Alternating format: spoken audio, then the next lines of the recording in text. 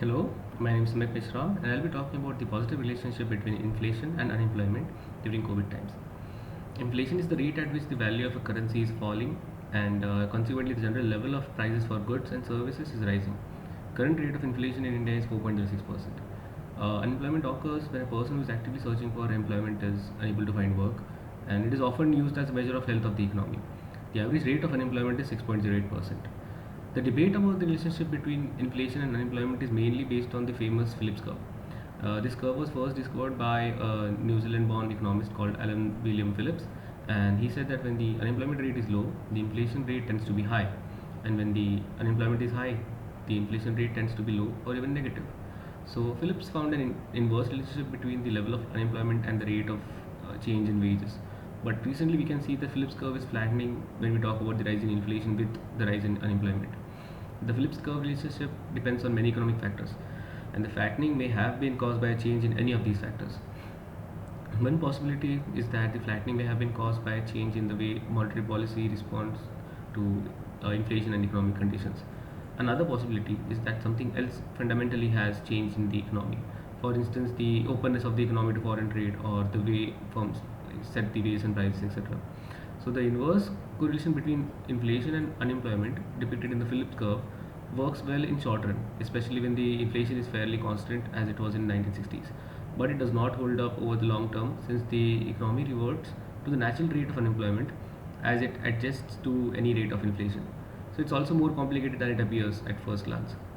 The relationship between inflation and unemployment has broken down in periods like the stagflationary 1970s and the booming 1990s. Reasons for this, to name a few, would be globalization, as many countries are moving towards an open economy and are adopting more liberal policies, and also there's the uncertainty of rising inflation that leads to lower investment and lower economic growth in long term.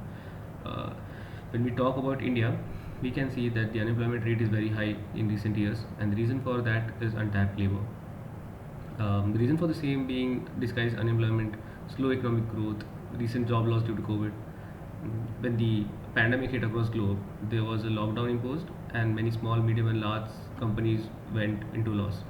And when the unlock phase began, every industry tried to recover the losses. Hence, we could see a general rise in the price. But talking about the unemployment, we can see that it is still high. There is still uncertainty regarding the pandemic, and COVID cases are rising, so people are not hiring people. The policy framework also needs a lot of improvement as it has not helped small and medium industries and the employment as in the labor class belongs to this sector. For example, the recently made policy change that the permanent employees will also could also be transferred into contract-based employees. So this change did not work in favor of the labor class.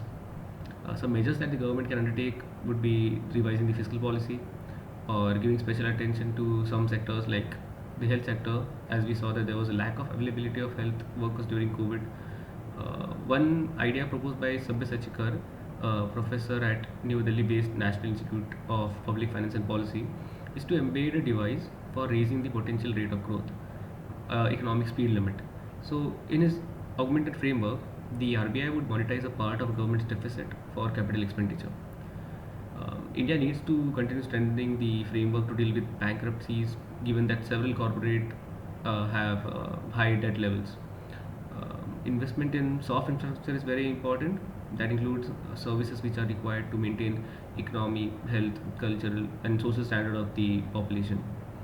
Government can also invest in public infrastructure that can boost the economy in the long run.